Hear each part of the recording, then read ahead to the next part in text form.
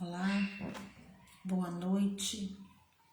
Meu nome é Josiane, eu falo da cidade de Araxá, representando o Centro Espírita Amor, Fé e Luz. Nós, todas as sextas-feiras, estamos aqui no Facebook, online, para fazer uma leitura do Evangelho, uma reunião pública online. Iniciamos esse projeto na pandemia e resolvemos continuar, né? Uma frente espírita, uma frente de trabalho espírita, ela deve continuar. Então, vamos colocar aí no Facebook cada vez mais as palavras de luz, as palavras da verdade, do amor e da vida, não é isso? Então, hoje, como a primeira sexta-feira do mês, nós temos um combinado de que toda primeira sexta-feira seria o estudo da nossa grande mentora, um espírito da maior envergadura, que é a Joana de Ângeles, e nós falamos em nome dela. Então ela trouxe através das psicografias de Divaldo Pereira Franco, nosso querido Divaldo, uma série psicológica. O que ela tem da intenção dela? É unir a doutrina espírita aos nossos corações de um jeito mais profundo. Ela tenta fazer uma costura da necessidade da nossa alma para que a nossa tão necessária reforma íntima aconteça de um jeito mais acessível, um jeito mais respeitoso, um jeito mais verdadeiro. Então, à luz de Divaldo, Joana traz para nós muitos esclarecimentos da psicologia espírita. Então, dentro dessa série psicológica, o primeiro livro foi Jesus e Atualidade, e nesse livro nós fizemos todo ele aqui online, e fizemos também nas reuniões presenciais, e nós agora estamos iniciando, bem dizer, o segundo livro da série psicológica, que é O Homem Integral. Esse livro é simplesmente maravilhoso, mas é muito profundo e muito trabalhoso. Mas como é muito necessário, a gente pede a Joana que nos ajude a estudar para vir aqui passar para vocês essa maravilha que traz tantas reflexões muito sérias, que costuradas com o Evangelho, com as obras básicas kardecistas, nós chegamos a um bem viver se assim soubermos aproveitar essas essências. Boa noite, Juliana. Boa noite, Ellen. Regina, boa noite, muito bem-vindas, muito obrigada pela presença. É muito importante a gente ter também aqui nos ouvindo, né, trocando ideia conosco os encarnados, porque o número de desencarnados nós não sabemos, né? Mas eu fico muito feliz com isso. Então, nesse momento, eu peço a vocês que me acompanhem em prece. Vamos então entrar na sintonia do ambiente espiritual, um ambiente de luz, acompanhado dos nossos mentores, Eurípides Barçanufo e sua equipe, Joana de Ângeles e sua equipe, e tantos outros que se afinizam com esse trabalho, que nos auxiliam com tanta vontade de colaborar conosco nesse trabalho. Pedimos a fluidificação das nossas águas, dos nossos lares e dos lares de todos aqueles que passarem pelo nosso pensamento, aquelas pessoas, aqueles locais, aqueles familiares, encarnados ou não, que são caros ao nosso coração, que recebam a tua bênção, que recebam a tua assistência e que recebam os lenitivos através dos fluidos colocados nas águas. E que todos agora que estiverem passando por desafios que estiverem passando por dores morais, por dores físicas, que recebam a tua assistência, Mestre, que recebam o teu abraço de luz e que sejam cobertos pelo manto protetor da nossa querida Mãe Santíssima. E humildemente peço a Joana de Ângeles que nos acompanhe nesse trabalho, que ilumine as nossas palavras, para que seja colocado aqui a essência de sua obra. Que todos os dizeres desse livro sejam respeitados e sejam colocados de maneira fiel. Obrigada, Mestre, pela oportunidade do trabalho. Que possamos ter uma noite de muita luz. Que assim seja.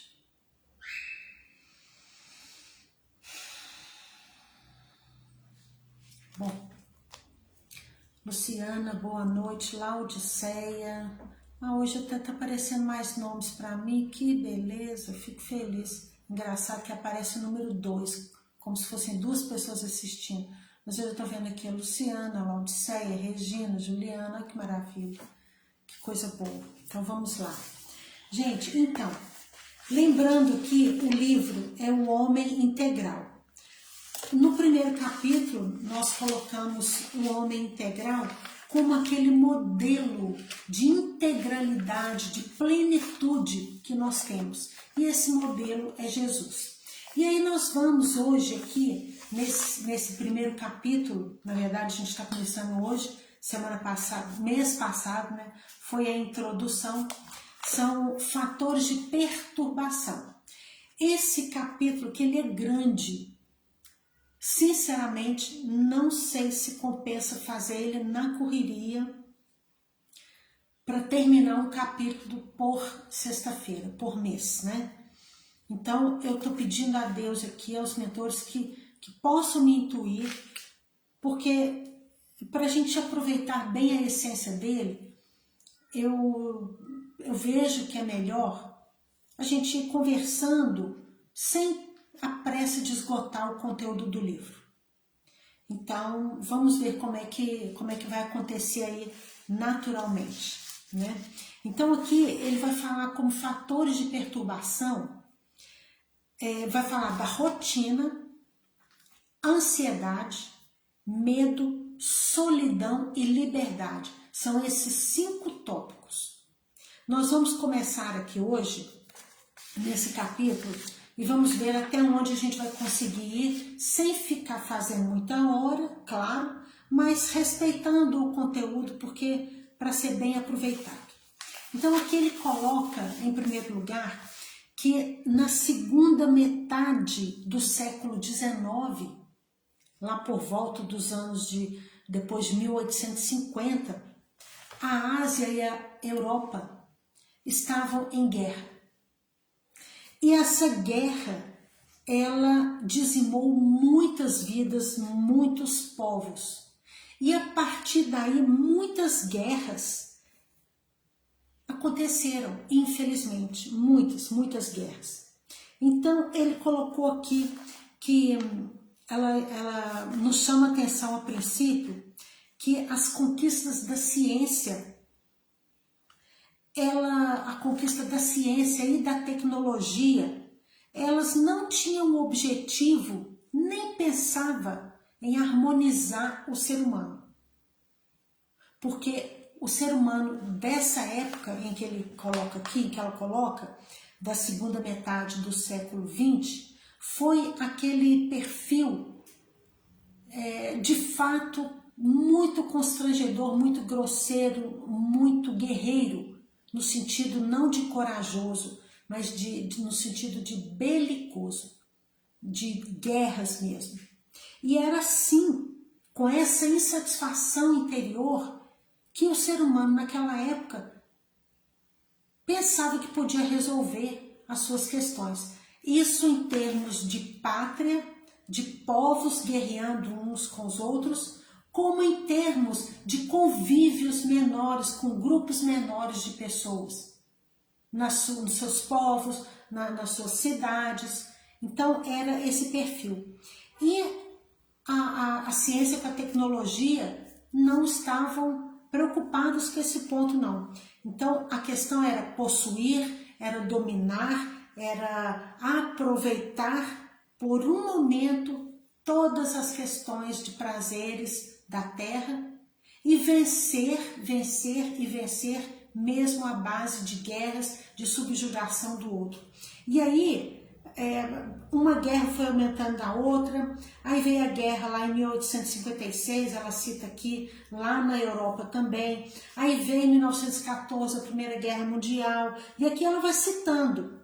Nós não vamos entrar em muitos detalhes dessa guerra, desse período, com a Segunda Guerra Mundial, porque o nosso objetivo é falar do que isso tem a ver com as nossas, como fatores de perturbação. E não entender de guerra a guerra, como se a gente estivesse estudando a história dos continentes. Não é nosso objetivo. Nosso objetivo é ver o que Joana está trazendo para nós como perturbação através das guerras. Então, o mais importante é a gente saber que todas as guerras, elas tomam conta do nosso pensamento com uma particularidade em comum a todos nós. Por mais que cada um de nós sinta as guerras de uma forma, mas tem um fator em comum a todo ser humano através da guerra, que é causar o medo. Imaginem povos e mais povos sendo massacrados, sendo judiados através de tantas guerras, de movimentos filosóficos absurdos que tentavam cultivar na mente dos jovens comportamentos sem nexo, comportamentos desrespeitosos, banalizando o ser humano. Porque onde tem muitas guerras, muitos massacres, aquela linguagem silenciosa da banalização da vida, ela fica pairando nas nossas cabeças. E aí causa medo, por quê? Porque a guerra tem morte, tem sofrimento, tem dor. E onde há perdas de familiares, há sofrimento, há dor no coração, além de sofrimento físico mesmo, que os soldados passavam e passam até hoje. A gente tem esses exemplos aí hoje, na nossa atualidade. Então, ela está querendo dizer aqui isso. E logicamente, nós estamos aqui falando de um cenário material, que é o cenário das guerras no planeta Terra, como encarnados. Mas nós sabemos que tudo que acontece, que todos nós estamos sob influenciação, temos também pairando sobre as nossas cabeças as forças espirituais afastadas das leis de amor.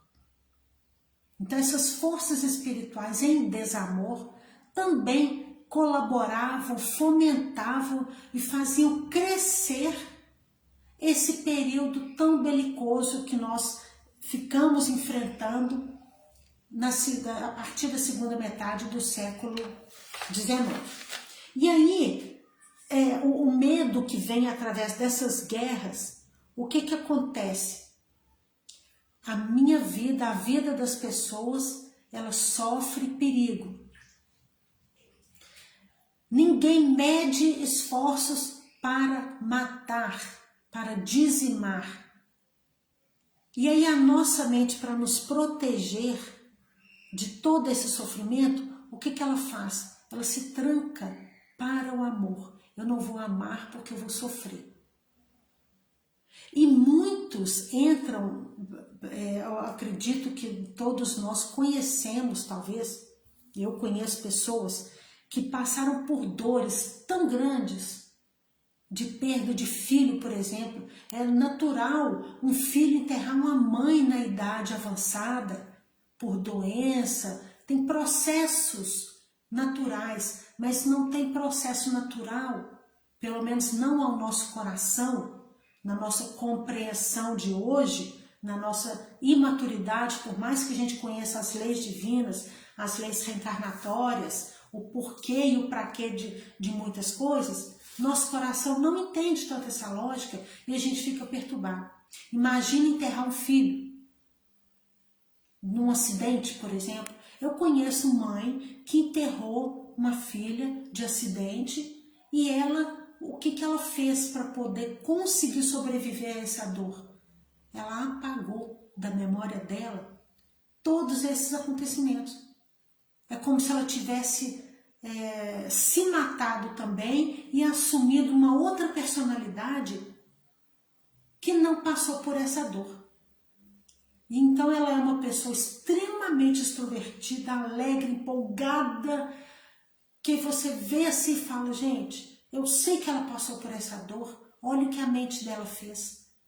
Ela não cita no nome, ela não fala nada, ela é uma pessoa entusiasmada, ela dá lições de vida para todo mundo, dá lições de coragem, aquele bom humor sempre, que você vê, quem conhece, sabe da história dela, sabe que ela está assim, a mente deu um jeito de ressignificar toda essa história para ela suportar.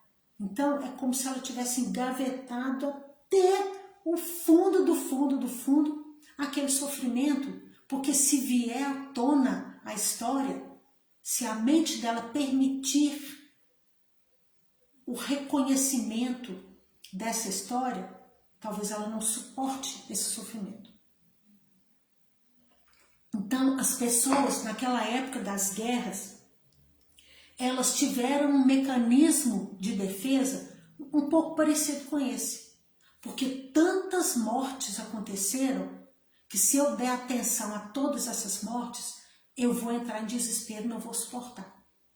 Então, o que eu vou fazer? Vou fazer o contrário desse importar. Eu vou banalizar o ser humano. Então, entraram nesse mecanismo para sofrer menos. Aí entraram naquela... Jonas cita aqui o nome de nadaísmo, ou seja, o ser humano não é nada.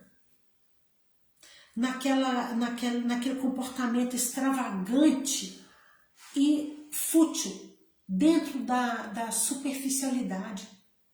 Então os sentimentos foram engavetados, porque os sentimentos que mais sobressaíam eram as dores, eram o medo, a sensação de perda, a ameaça, o tempo todo ameaça à vida. Pensa, gente, o tanto que não é triste isso. E crimes e mais crimes em nome de liberdade, em nome de materiais. Na época, né, o petróleo foi considerado um deus petróleo, ela cita isso aqui. Então foram muitos absurdos. E o ser humano, a essência do ser humano, os sentimentos humanos, eles foram silenciados. Porque se falasse, vinha à tona dor. E aí aconteceu todos esses movimentos, aqui fala do nadaísmo, gente, pensa bem o que é isso, né? Muita agressividade, muito primarismo, muita violência. E aí em troca disso tudo, a tecnologia e a ciência tiveram um avanço enorme para a sociedade. Mas, em contrapartida, trouxe um grande sofrimento no homem. E aí, aquela fala que o homem moderno sofre enquanto viaja em naves super confortáveis, adquire potenciais maravilhosos na matéria, na tecnologia, nas descobertas da ciência, fora da atmosfera interior. Mas por dentro, ele enfrenta desafios cada vez maiores e enfrenta enigmas cada vez maiores sobre si mesmo. Por quê? Porque quanto maior foi o sofrimento e maior foi esse boom tecnológico e científico, mais o ser humano se afastou de si próprio. E com isso virou um caos total, porque trouxe uma dor humana. Como assim eu vou viver sem olhar para a minha alma? Como assim eu vou viver sem sofrer por ter perdido familiares, uma cidade inteira, povos e mais povos? Como assim eu vou viver ignorando isso? E para evitar sofrimento, o ser humano ignorou. E aí, ele coloca aqui que aí veio então um período em que teve uma sonda investigadora, né? Para que foi essa sonda? Essa sonda foi um instrumento para coletar dados em ambientes que eram inacessíveis. Por exemplo, um astro, algo que está lá na distância do universo, né? Ou até mesmo dentro do corpo humano. E aí veio a física quântica, os estudos quânticos, para conseguir estudar e explicar um pouco do microcosmos, as menores partículas, mas ao mesmo tempo a ciência e a tecnologia avançando através inclusive dessas sondas para investigar o macrocosmos. Então foi um movimento paralelo muito interessante, tanto para o macro quanto para o micro. E aqui ela coloca o seguinte, que foi também assim, um movimento que trouxe esperança pela cura de muitas doenças que naquela época existiam, muitas enfermidades que estavam destruindo gerações, né? Aí nós podemos aqui citar várias doenças. E aí, mas sabe quando a coisa choca? Quando acontece algo que te choca, que você fica até sem palavra? A humanidade estava sem palavra, ela estava perplexa naquele momento, de tanta guerra uma atrás da outra. E aí, gente, imagina bem que quando existe guerra, que existe muita destruição, destrói o ser humano, mas destrói a matéria também, destrói plantação, destrói os recursos materiais, os recursos alimentícios. Então a miséria também, nessa consequência de tantas guerras, a miséria veio com tudo. O povo passou muita fome, passou muita doença, porque não tinha recurso para nada. E aí, mais uma vez, nessa grande miséria econômica, o medo, sempre o medo tomando conta de todos nós, né? E aí, como tinha muita carência, a hora que a fome bate feio, a hora que a fome bate no estômago do filho, o que você faz? Você vai roubar. Você vai roubar, mas você vai trazer uma comida para o seu filho. E na época, o planeta todo foi, ela fala que ela cita que foi palco para o crime. Por quê? Era a lei da sobrevivência. E como a vida humana não tinha, entre aspas, eles achavam, né, aparentemente, o sintoma era a vida não tem valor. Mas lá dentro a realidade era diferente, porque senão, tá morrendo de fome? Vai morrer. Mas lá dentro de nós, a realidade era outra, a vida tem valor, porque a lei da sobrevivência está em todos nós. Está em todos nós isso. A defesa pela vida é automática, tá na gente isso. Então, por isso que cometiam crimes, roubos, para que tentar sobreviver, tentar sanar as necessidades básicas do ser humano. Então, continuando aqui. Então, nessa psicosfera de tanto medo, as pessoas se sentiam asfixiadas por tanto medo.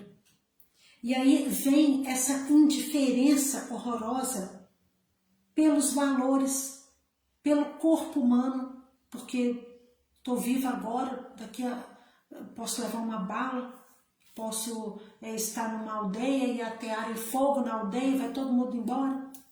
Então, era esse temor aliado a essa perda assim tão dolorosa ao mesmo tempo dos corpos humanos, né? E aí, o que aconteceu nesse período? A desumanização do indivíduo, que se entregou ao pavor, ou para não se entregar ao pavor, fazia um mecanismo contrário de ficar indiferente. Porque se eu ficar indiferente, eu sofro menos. Olha para você ver o que as mentes faziam, né? E aí chegava assim ao absurdo, os distúrbios de comportamento só cresciam. E aí, nesse sentido, ela coloca aqui que surgiu uma imediata e urgente reação emocional, cultural, religiosa, psicológica, e o homem vai voltar a identificar-se consigo mesmo. Essa era a necessidade, de fazer todo esse resgate desse homem integral, para que todas as suas necessidades em termos de corpo, mente e espírito pudessem ser resgatadas. E aí, essa identidade cósmica, quando ela fala que identidade cósmica, ela está falando de quem somos nós perante o Criador, perante a nossa essência, perante a nossa origem.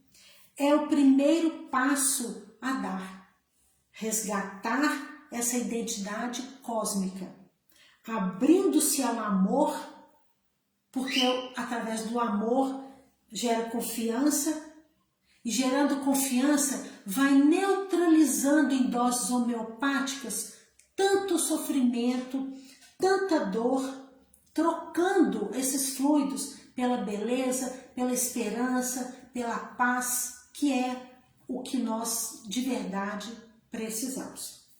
E aí ela coloca aqui a grande noite. Olha bem, gente, isso é exemplo para a gente pensar naquelas horas em que nós estamos naquele sufoco muito grande, naquela dor horrorosa. Ela coloca aqui, a grande noite que constringe é também o início de uma alvorada que surge. Ou seja, nós precisamos de analisar que aquele momento de dor, onde a gente pensa, agora é o fim de tudo, agora eu não tenho mais força, não tem mais jeito, a hora que a gente está naquela desesperança, nós precisamos de pensar que ali, o que a gente enxerga como fundo do poço, é o início de um novo ciclo. E nós precisamos de nos entregar aos mentores para saber reconhecer isso. E para saber lidar com essas frustrações, lidar com as dores, lidar com as situações que nós não podemos modificar. Mas, ao mesmo tempo, pedir força para entrar no movimento de modificar aquilo que nós podemos e devemos. E aí, ela coloca aqui que nesse homem atribulado, medroso, perturbado, dolorido demais, porque trouxe, né? Nós hoje sofremos consequências de todas as guerras do passado.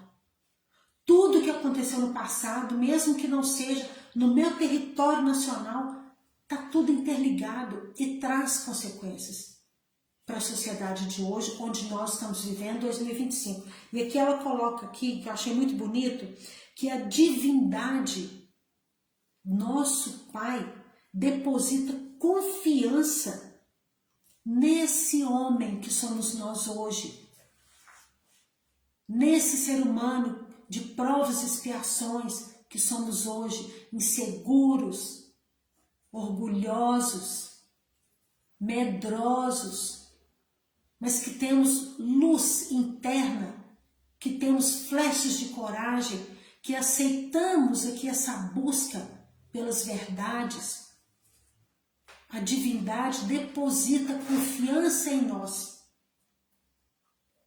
Ela sabe que nós aprendemos através das dores, de tudo que está pairando sobre as nossas mentes hoje. Então, ela encerra essa parte aqui falando das guerras com uma frase muito bonita que ela fala: buscar os valores que dormem soterrados. Olha bem a palavra, o sentido da palavra soterrado, ou seja, aquele que está ali com muita coisa por cima, que não tem como sair, que está com pouco ar, que está machucado, pouco espaço, precisando de se liberar para poder sair para a vida, né? O soterrado aqui, nesse sentido de sufocado. Então, buscar esses valores que dormem soterrados em nós, no íntimo, é a razão da nossa existência corporal nesse momento. Buscar a nossa luz. Essa é a nossa verdadeira razão de viver, de todos nós. E encontrar-se com a vida. Porque a gente fica passando, quando a gente deixa o medo tomar conta, a incerteza, a insegurança, todas as atribulações de passado que vem reverberando de geração em geração e para em nós, a gente não está vivendo, a gente está simplesmente passando pela vida. Mas encontrar-se com a vida, enfrentá-la e triunfar, esse é o nosso final. É o nosso objetivo, é a nossa fatalidade.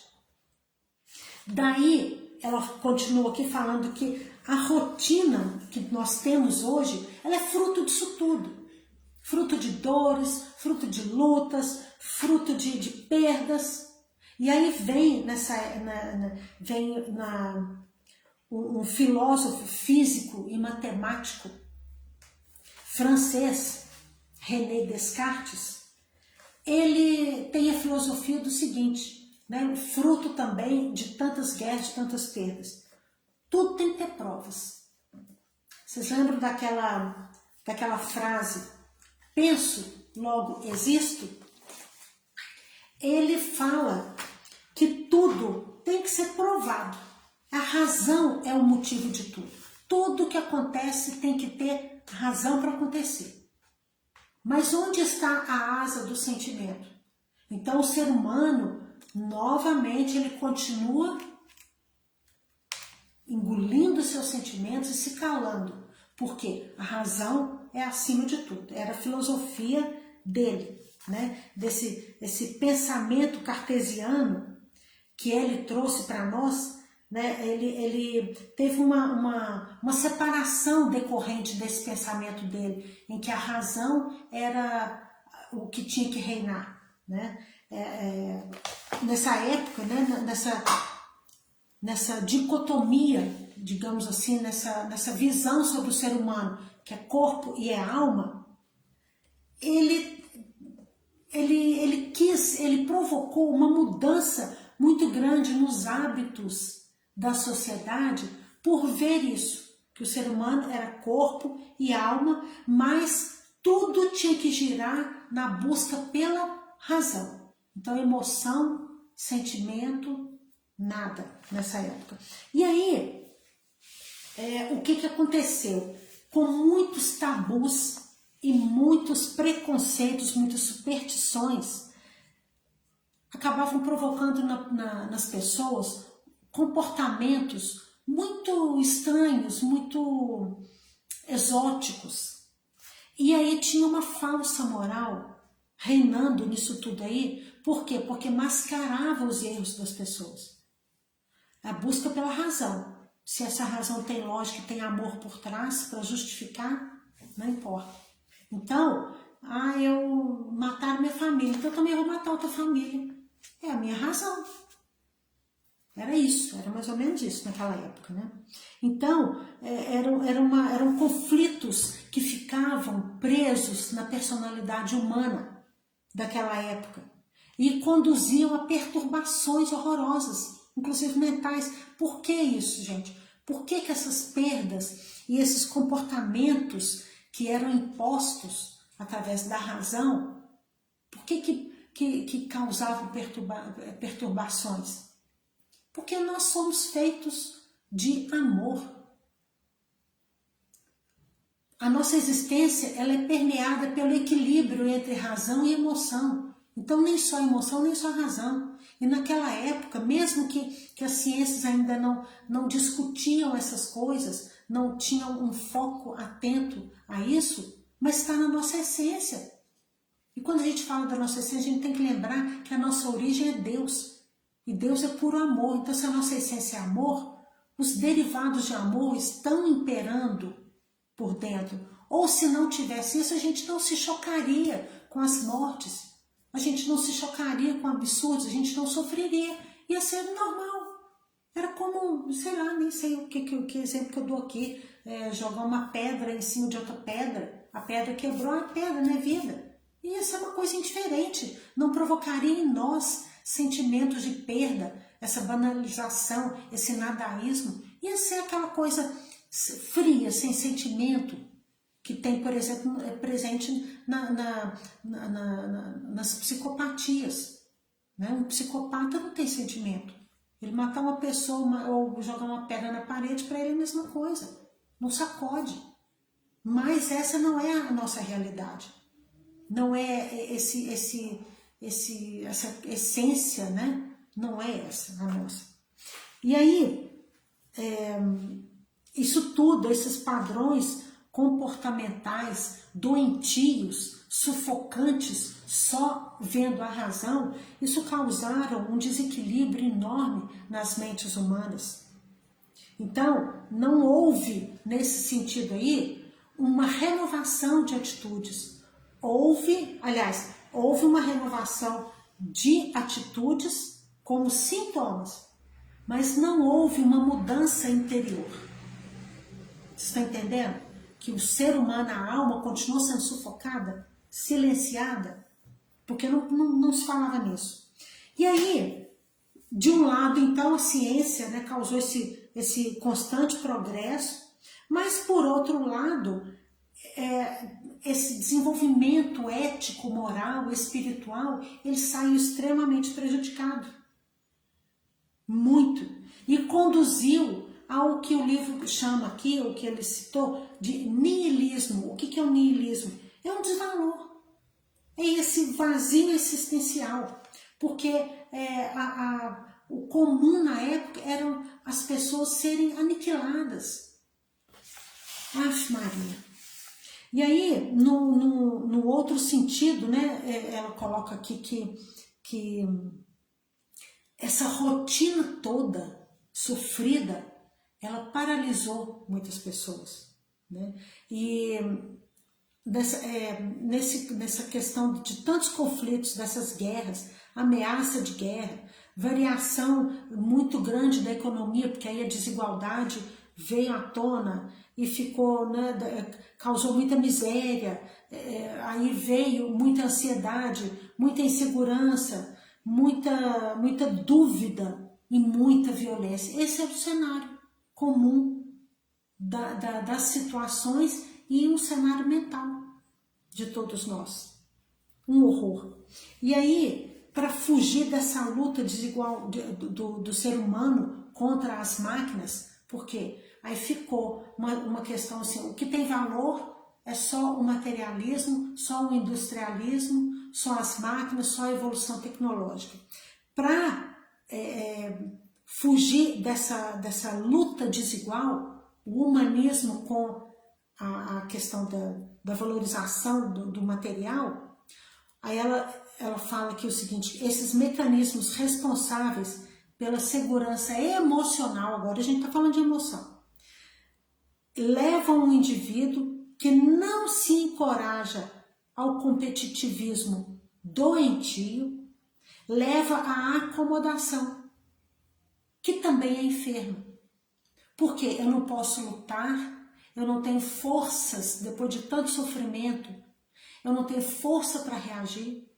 Então, pelo menos eu estou vivo, ganhando um pouquinho, já estou conseguindo comer, já diminui uma ameaça, então está de bom tamanho. Foi isso que aconteceu depois de tanta guerra. Então, quando ela fala aqui que rotina é uma ferrugem nessa engrenagem dessa maquinaria que é o ser humano, né? Quando ela fala a rotina como algo prejudicial a nós, ela não está falando da rotina relacionada à disciplina, porque a rotina é maravilhosa, necessária. Ela está relacionada à disciplina, ao valor dos horários, ao valor de um conjunto de afazeres que nos levam a dedicar energias firmemente naquele ponto em que a gente quer ver crescer, e para isso a gente precisa de rotina. Até o nosso corpo é uma máquina que precisa de rotina, você precisa de horário para se alimentar, horário para dormir. A gente tem que respeitar isso daí. Ela não está dizendo como fator de perturbação essa rotina não, que fique bem claro isso. Ela está dizendo sobre aquela rotina que leva à acomodação, ao comodismo. Porque o sufoco era tão grande que agora eu já não estou sendo ameaçado de morte, de ser dizimado, estou num local e numa época em que não tem tantas mortes mais. Já tá bom, graças a Deus estou descansando. Mas Joana vem para dar uma acordada. Olha, toma cuidado, porque esse pensamento pode estar sutilmente te levando à acomodação. Sabe aquelas atitudes em que você repete as ações todo dia, chega do trabalho, vai para o boteco tomar cervejinha, ou chega no final de semana, vai ler jornal, depois de ler o jornal você tem que tomar banho, depois do banho você vai tomar cervejinha, depois da cervejinha, aquele excesso de rigor na rotina que tira você de vivenciar novidades. E você vivenciando novidades, propondo-se a conhecer, você vai ampliar os seus horizontes de pensamento e o processo de evolução vai acontecer de um jeito mais agradável e mais verdadeiro. Longe da paralisia, longe do comodismo. Então, quando ela fala cuidado com a rotina, porque a rotina é uma ferrugem nessa engrenagem do ser humano, é nesse sentido, de acomodar sempre naquelas mesmas coisas. Eu não quero sair de casa, eu estou na preguiça, esse emprego tá bom, mas eu tenho potencial para mais, não, mas aí mil desculpas, não vou ser bem pago, não, tá difícil, aí eu invento um monte de coisas para aquilo que na verdade eu não quero fazer. Mas ela lembra a nós que nós somos dotados de muita inteligência, nós somos dotados de muitos talentos, e esses talentos precisam de vida, eles precisam ser alimentados. Então, nós precisamos de conciliar aquela rotina saudável com a vontade de conhecer, de saber, de aprofundar, de experimentar.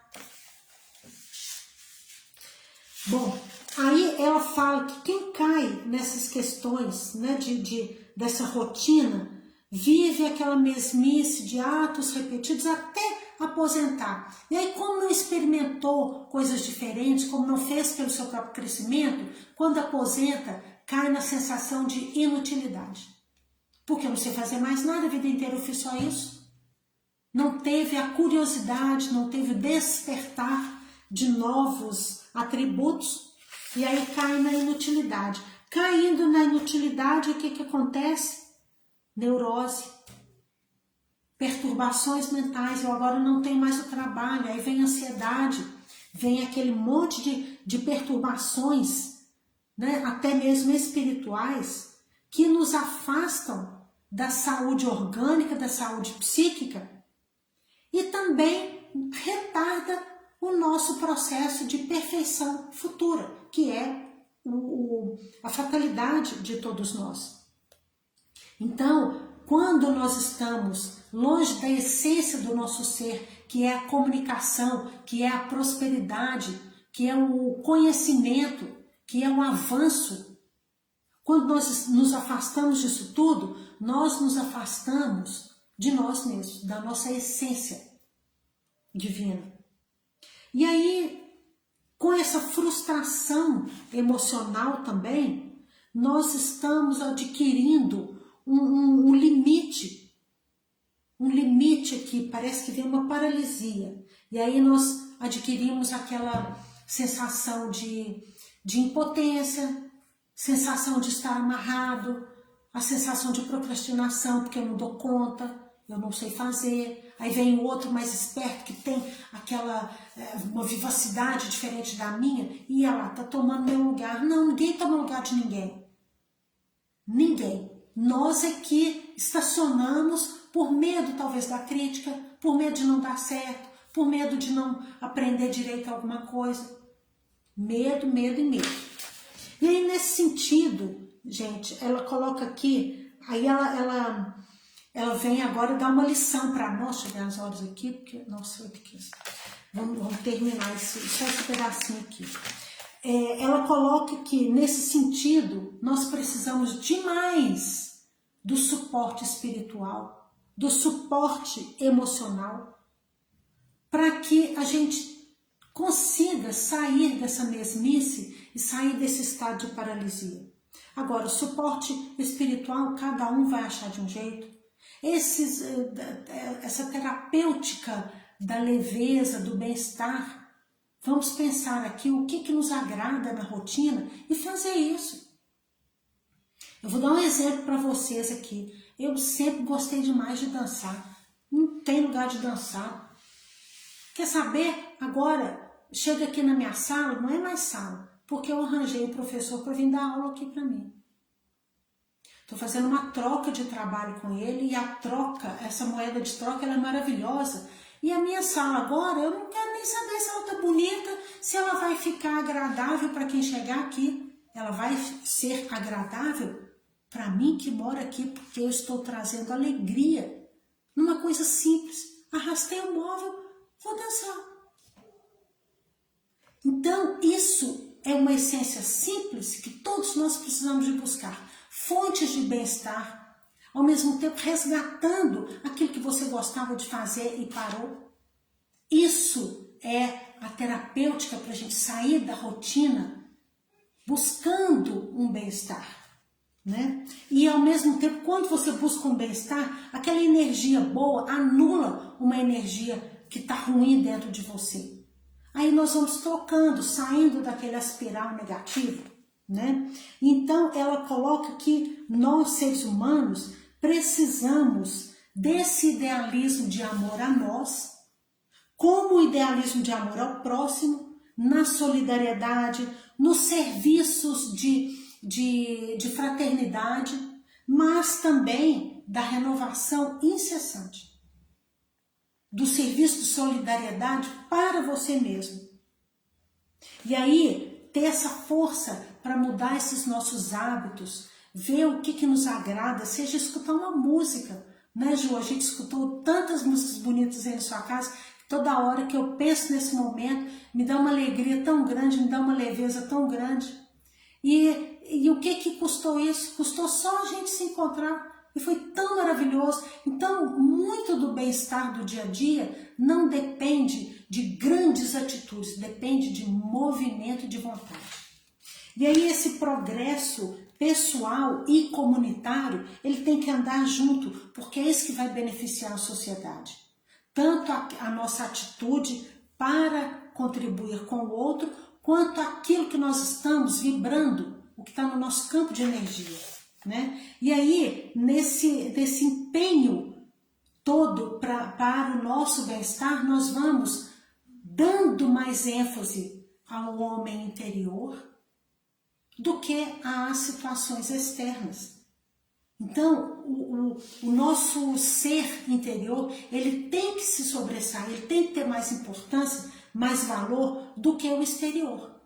Porque, na verdade, uma coisa anda junto com a outra. Mas o lado de fora só vai ser verdadeiro se o lado de dentro for em primeiro lugar. É isso que ela fala aqui.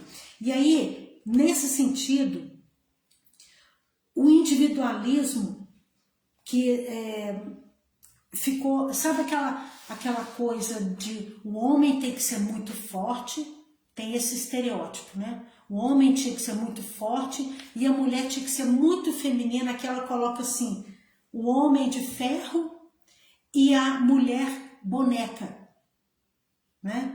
Imagina o que não significa essas duas colocações aí, né? Aquele objeto de luxo e de inutilidade. Isso tudo cedeu lugar agora a um coletivismo sem identidade. Por quê? Porque nós, sabe aquele efeito manada? Tá na moda a mulher de cintura fininha, magrinha e não sei o quê, então eu tenho que acompanhar essa moda. A moda é o homem ser forte, é ele ser o provedor. E o homem, coitado, que talvez for doente, que não tiver condição de ser um provedor, então ele não se sente nada. Então esse individualismo, o consumismo, esses padrões que a sociedade nos impôs, ele foi algo muito negativo e que colaborou muito para o afastamento da nossa própria alma. Só que nós precisamos de conquistar de novo a liberdade de ser, a liberdade de estar, a liberdade de impor, de ajudar, de se aceitar para poder aceitar o outro, de atuar, de discernir, de aplicar, de avaliar, sem a submissão ao comodismo, tá? Então vamos pensar muito nisso. E aí, como terapia para isso tudo, o que ela pede para a gente olhar? Ela pede para a gente olhar para o Evangelho. Ela pede para a gente olhar para a espiritualidade, independente de porta, independente de nome de religião, porque aí vai ter defeito também. Mas a espiritualidade, Jesus, o que é o modelo de Jesus para todos nós? Né? Naquela confiança em si mesma, ela pede para essa fé que volta para os seus objetivos, não só o cumprimento daqueles objetivos a curto prazo, aquela satisfação imediata levada pela nossa ansiedade, mas aquele objetivo que é alcançado a longo prazo, que o que ela cita aqui, a perfeição. Né? Então ela termina aqui falando o seguinte: a disciplina das propostas evangélicas. Quando ela fala evangélico, o que é o evangelho? Na disciplina. Então as propostas da disciplina, elas nos dão permissão para facilitar essa quebra dessa rotina que nos paralisa, dando uma dinâmica mais saudável, com essa permissão da gente buscar alegria como algo que é extremamente necessário para nós. Porque a alegria, ela dá energia, ela dá vibração gostosa. Só que, logicamente, a gente vai analisar, porque a alegria minha não pode ser a tristeza do outro, ou ela não vai ser verdadeira. Bom senso para pensar, né, gente? Bom senso. Então, ela fala que isso tudo leva a uma dinâmica saudável para uma vida integral. Vida integral. Lembra que o nome do livro é O Homem Integral? Quem é o Homem Integral? Jesus, que é o nosso modelo, que a gente está lidando com ele agora. Então, toda essa, desenvolver essa postura de permissão para a alegria, para o bem-estar dentro da disciplina, vai nos favorecer nesse encontro de homem com o nosso espírito, tendo aqui no pacote de fora aquela energia nos rondando, que é a energia do homem integral que nós temos aqui como nosso governante, que é o nosso irmão Jesus. Né? Então, assim, não é pensar só na nossa máquina humana necessitada de satisfação dos nossos sentidos hoje aqui, mas pensar que, além do túmulo, existe uma continuidade da vida. Então, nós precisamos de lembrar disso para poder saber que a rotina mal aproveitada, ela vai causar ansiedade e muitas outras coisas. E que, por sinal, a ansiedade, então, vai ficar para o nosso próximo encontro aqui, porque realmente é bem grandinho esse capítulo, mas compensa a gente falar dele com bastante cuidado, né? Eu agradeço a vocês todos aqui, depois eu vou tentar aqui ver os comentários de vocês e prometo responder. Deixa eu ver se eu consigo aqui. Gasparina, muito obrigada pela presença, Gasparina, boa noite. Rosa, boa noite, Rosa, Ellen. Gente, que bom, viu, ver uma turminha boa aqui. Aqui tá escrito para mim que tem 2 pessoas. Teófilo, boa noite, Teófilo. Cadê, Ju? Eu vi um comentário seu aqui agora, cadê ele? Janaína, Rosa, boa noite. Acho que esse mecanismo de defesa ainda está em nós, sempre vai estar em nós. Essa é a condição humana nossa para a gente se defender. E a gente precisa deles ainda. Lógico que eles servem para a gente não entrar em parafuso mental, serve para a gente se defender um pouco, mas a partir do momento que a gente tem consciência do uso desses mecanismos, nós pensamos em amadurecer e largar esse cajado, que eles acabam sendo um cajado para nós, para que a gente consiga viver sem ele, sem essa defesa, assumindo as verdades, né? Quando a gente assume as verdades, aceitando como condição humana, a gente não se apavora. Nós somos, como diz o Mário, nós somos feinhos ainda. Tá, tudo bem, nós somos feinhos, mas um dia eu vou ficar bonitinha. Mas um dia eu vou ficar, se hoje eu acordar para as realidades, se hoje eu conseguir denominar aqueles meus desafios morais e começar a trabalhar um a um. Eu não tenho que fazer tudo de uma vez, mas eu tenho que ter consciência de um e ver, esse aqui eu dou conta, esse aqui eu dou conta de pensar nele. Aquele outro, então, eu não dou conta, é pesado demais. Então vamos começar por aquelas lições que nós já conseguimos, pelo menos, trabalhar com elas. Esse é o legal. Jesus nos dá essa permissão. Ele só fica muito incomodado, que Joana traz aqui, essa paralisia. Sai da paralisia. Voltar para trás não existe. Ninguém retrocede no processo evolutivo. Mas estacionar, a gente estaciona, né? Mas estamos a caminho, isso é que é importante. Com firmeza, com alegria, porque a gente pode, a gente tem amparo, a gente tem ajuda, nós temos nossos mentores que estão firmes, gente, conosco. E isso é maravilhoso, não é? Bom, então vamos agradecer a Joana por tantos esclarecimentos importantes nessa noite de hoje, agradecendo pela oportunidade do trabalho, agradecendo os amigos, agradecendo todas as presenças aqui hoje, que todos sejam muito abençoados, que todos nós possamos ir em busca das nossas necessidades reais,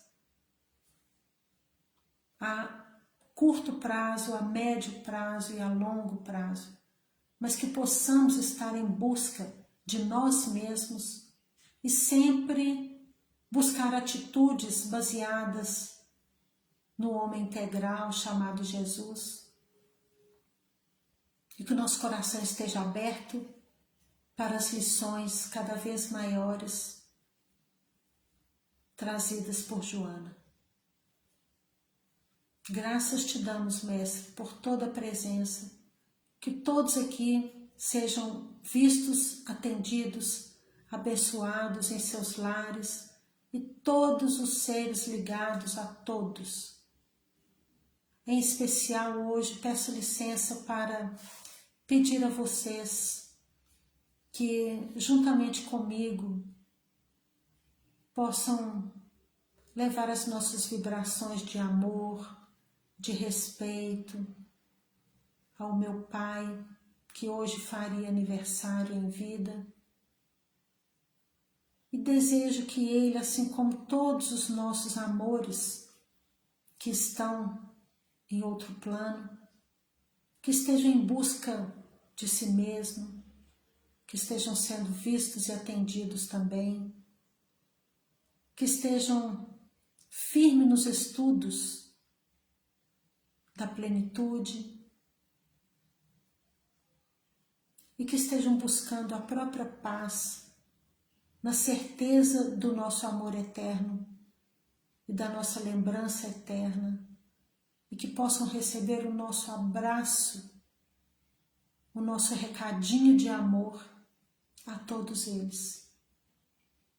E nesse momento eu agradeço ao Pai que tenho no plano espiritual. Gratidão, Mestre, que assim seja. Gente, muito obrigada pela presença de vocês, que vocês possam ter o final de semana com muita, muita luz. Muito obrigada a todos, que sejam muito abençoados. Fiquem com Deus. Tchau, tchau.